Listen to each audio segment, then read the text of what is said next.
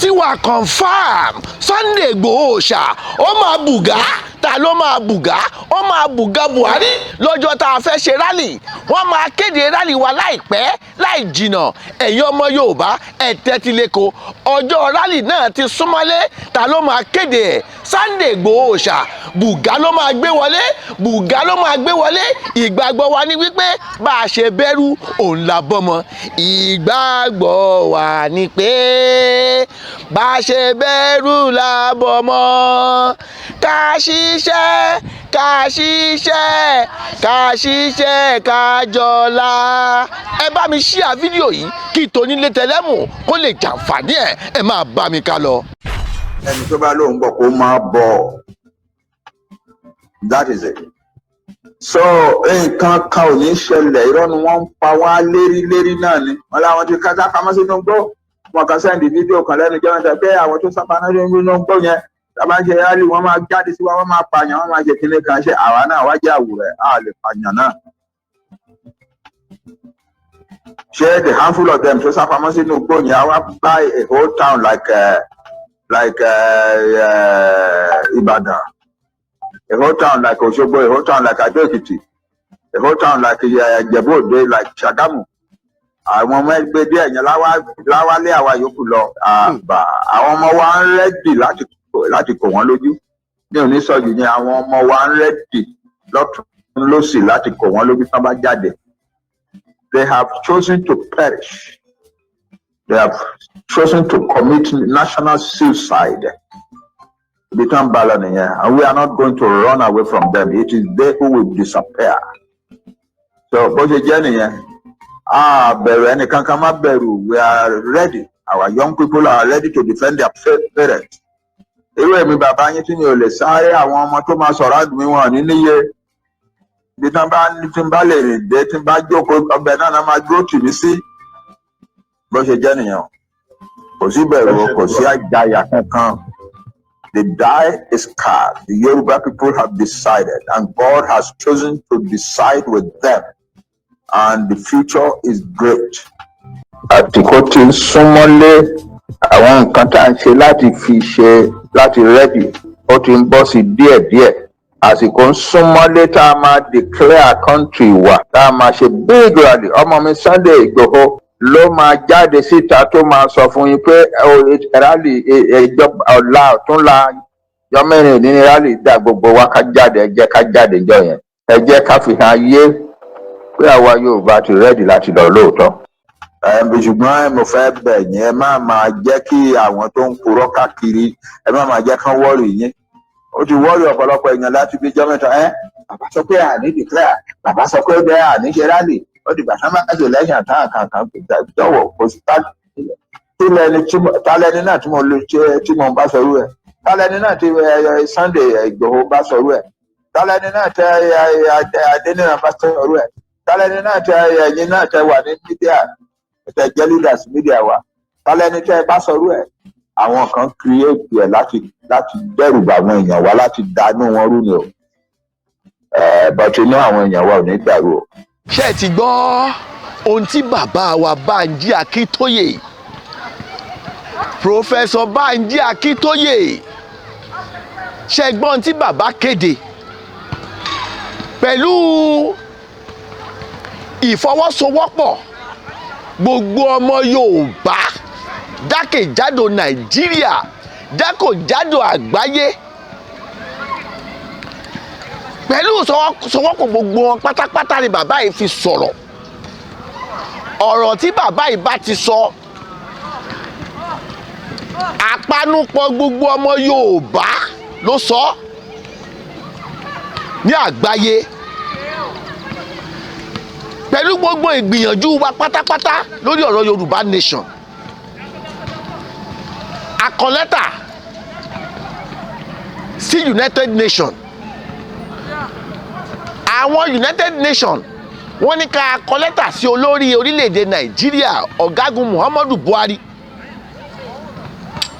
A kọ lẹ́tà lẹ́ẹ̀mẹ́ta la kọ lẹ́tà. Ṣùgbọ́n ṣe mọ̀ pé Buhari ológun ni. ìgbésí ayé ológun ló ń lò fún Nàìjíríà, ó kọtí ikún kò dá wa lóhùn. Ó ṣe bí ẹ pé òun ò gbọ́, ó fi gbígbọ́, ó fi ṣaláì gbọ́. Ṣùgbọ́n àwọn ò jẹ́ kó yé wọn wípé it is our civil right láti béèrè fún ẹ̀tọ́ wa nínú Nàìjíríà. Ó ní ìkéde rally tá a fẹ́ ṣe láìpẹ́ láì jìnnà tí màá wá fi tó yín létí. Rally tá a fẹ́ ṣe yìí ó máa làmìlaka. Lẹ́yìn ìgbà tá a bá parí rally tá a fẹ́ ṣe yìí, nítorí pé ní ìpele ni wọ́n mú ọ̀rọ̀ Yorùbá nation tá à ń ṣe yìí. Báwọn IPOB, àwọn Biafra bọ́ ṣe mú tiwọn kọ́ la ṣe mú tiwa. Ní ìpele là mú tọ̀dọ̀ tiwa. Bá a bá ṣe ń parí ọ̀rọ̀ Yorùbá rally tá a fẹ́ ṣe yìí, the next point of action ó ní pa declare ọ̀nà tá a máa gbà tá a máa san láti declare Yorùbá nation. Ó ní point of action tó kù. Each state nílẹ̀ Yorùbá ní rally yóò ti wáyé. Kò ṣe wípé a máa ṣe káàkiri oníkálukú wá jókòó sí state tiẹ̀.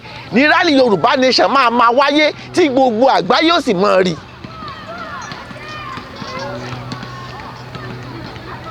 Owó baba Dami Ìgbòho Òòṣà ó ń bọ̀ wá ṣe ìkéde yìí láìpẹ́ láì jìnnà tá a mọjọ́ tá a ṣe rally. Peaceful rally ni o, kì í ṣe wípé a fẹ́ bájọba Nàìjíríà jà. Kò sí ìlú lágbàáyé tí wọn kì í ṣe peaceful rally tó jẹ́ pé àwọn ọlọ́pàá, àwọn ológun máa dúró tì wọ́n nítorí pé ẹ̀tọ́ ni nínú democracy láti protest. Gbogbo tó bá ń dùn aráàlú, tó bá ń dùn wọ́n lọ́kàn láti protest. Ẹ̀tọ́ wa ni. It is our right to ask for what is bothering us. Gbogbo tó ń dùn wá lọ́kàn láti béèrè lọ́wọ́ ìjọba Nàìjíríà. Ẹ̀tọ́ wa ni. It is our right. A dẹ̀ ní láti ṣe. Ní rally tá a fẹ́ ṣe is a peaceful protest. Ṣùgbọ́n àwọn tá ń gbọ́ àwọn ìròyìn tó ń bani lọ́kàn jẹ́. Ṣùgbọ́n àwọn ò jáde á sì protest. Wọ́n níjọba Nàìjíríà wọ́n fẹ́ ṣe gbá, wọ́n fẹ́ ṣọ̀tún níjọ́ rally. Ṣùgbọ́n àrọ̀jọba Nàìjíríà, àrọ̀ wọ́n ní kó ṣàgbéjẹ́ mọ́wọ́, kó fún wa láàyè láti béèrè fún ẹ̀tọ́ wa nínú Nàìjíríà nítorí pé it's our civil right. Ẹ̀tọ́ wa ni láti béèrè fún ẹ̀tọ́ ẹni. Lábẹ́ òfin gan, ẹ̀tọ́ wà láti béèrè fún òmìnira. Ẹ̀tọ́ wà fún láti béèrè, ayé ẹ̀ wà láti béèrè fún ẹ̀tọ́ ni lórí ọ̀rọ̀ òmìnira. Àjàyò pantá ń ṣe.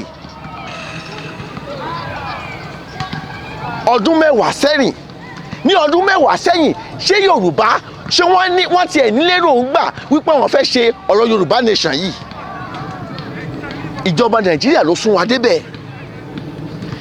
Ìjọba Nàìjíríà, àwọn Fúlàní agbénipa tí wọ́n ṣe ń pa wá lọ́tún, tó ń pa wá lọ́sì, tó ń pa kúgurú, tó ń pa gúngùn, tó ń pa obìnrin, tó ń pa ọkùnrin nílẹ̀ Yorùbá. Àwọn ló sún wa débẹ̀. A dẹ̀ ti wá ṣe tán láti kúrò nínú Nàìjíríà láti gba òmìnira. Tí mo dẹ̀ mọ̀ wípé lágbára Ọlọ́run ọba mú wa dé èbúté ògo. Rally yìí máa wáyé kí gbogbo state tó wà nílẹ̀ Yorùbá pátápátá kó máa múra sílẹ̀. Each state tó bá wà nílẹ̀ Yorùbá ní rally yìí á ti wáyé ní the same day la máa ṣe. Tí wọ́n bá ṣe ń broadcast ti Abẹ́òkúta ní Ògùn state, wọ́n máa broadcast ti Ọ̀yọ́ state, bẹ́ẹ̀ ni Èkìtì state, bẹ́ẹ̀ ni Ìlọrin. Everybody máa ṣe, wọ́n máa ṣe rally yìí ní the same day tí wọ́n á dẹ̀ máa gbé sórí afẹ́fẹ́. Mo rọ gbogbo ẹ̀yin ọmọ Yorùbá pátápátá. Mo rọ gbogbo ẹ̀yin tó jẹ́ pé ọ̀rọ̀ Yorùbá nation ó ká yín lára, ọ̀rọ̀ ọmọ Yorùbá ó ń ká yín lára, mo rọ̀ yín pátápátá pé ńjọ́ náà kẹ́ ẹ dìde, kẹ́ ẹ túyáyá, kẹ́ ẹ jẹ́ kí àwọn àgbáyé àjọ UN kí wọ́n rí wípé òótọ́ ni ọ̀rọ̀ Yorùbá nation yìí ó múmú láyà wa. ọ̀rọ̀ tí bàbá wa Banji Akintoye sọ, ọ̀rọ̀ tí gbogbo àpẹnupọ̀ gbogbo ọmọ Yorùbá sọ ló gbẹnu ẹ̀ jáde, tí bàbá yìí sọ jáde yìí. A rọ̀ ìjọba Nàìjíríà, a rọ̀ yín ni o wípé ààbò tó péye, nítorí pé inú Nàìjíríà la ṣì wà tá a ti ń protest. A dẹ̀ rọ̀ ìjọba Nàìjíríà, ààbò tó péye la béèrè fún àwọn òṣètà àti kojú ìjà sí ìjọba Nàìjíríà. Ṣùgbọ́n ẹ̀tọ́ wa ni láti béèrè wípé gbogbo ohun tó ṣẹlẹ̀ ní Nàìjíríà kò tẹ́ wa lọ́rùn, wípé a fẹ́ kúrò nínú Nàìjíríà, a fẹ́ ní Yorùbá nation, a fẹ́ ní Yorùbá republic.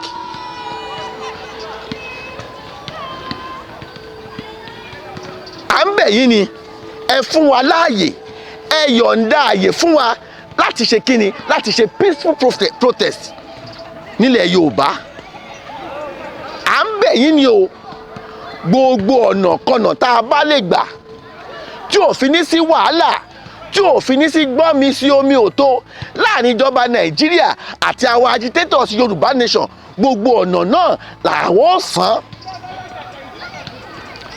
gbogbo ọ̀nà náà láòsàn láàmúgbọ́ tí ò fi ní sí ogun tàjẹ̀ sílẹ̀ lọ́jọ́ náà. Mo dẹ̀rọ̀ yín gbogbo ẹ̀yin tẹ́ ẹ fẹ́ jáde fúnra lè jọ́ náà, ẹ jẹ́ á ṣe jẹ́jẹ́, ẹ jẹ́ ká ṣe jẹ́jẹ́, ẹ má jà bẹ́nikẹ́ni jà, ẹ má jà mú anything tó máa harm dání. Mo rọ̀ yín ni ẹ jẹ́ á ṣe jẹ́jẹ́, tí mo dẹ̀ mọ̀ wípé ìjọba Nàìjíríà àwọn náà ò ní ṣe tí ò dáa láti máa pa àwọn ènìyàn lọ́jọ́ náà. A máa tẹ̀síwájú, a máa sọ fún yín wípé Yorùbá nation òun ni gbogbo ohun tí àwa ọmọ Yorùbá la fẹ́, òun la sì fọwọ́ sí. Ń máa fèyí ṣe lọ́nà o.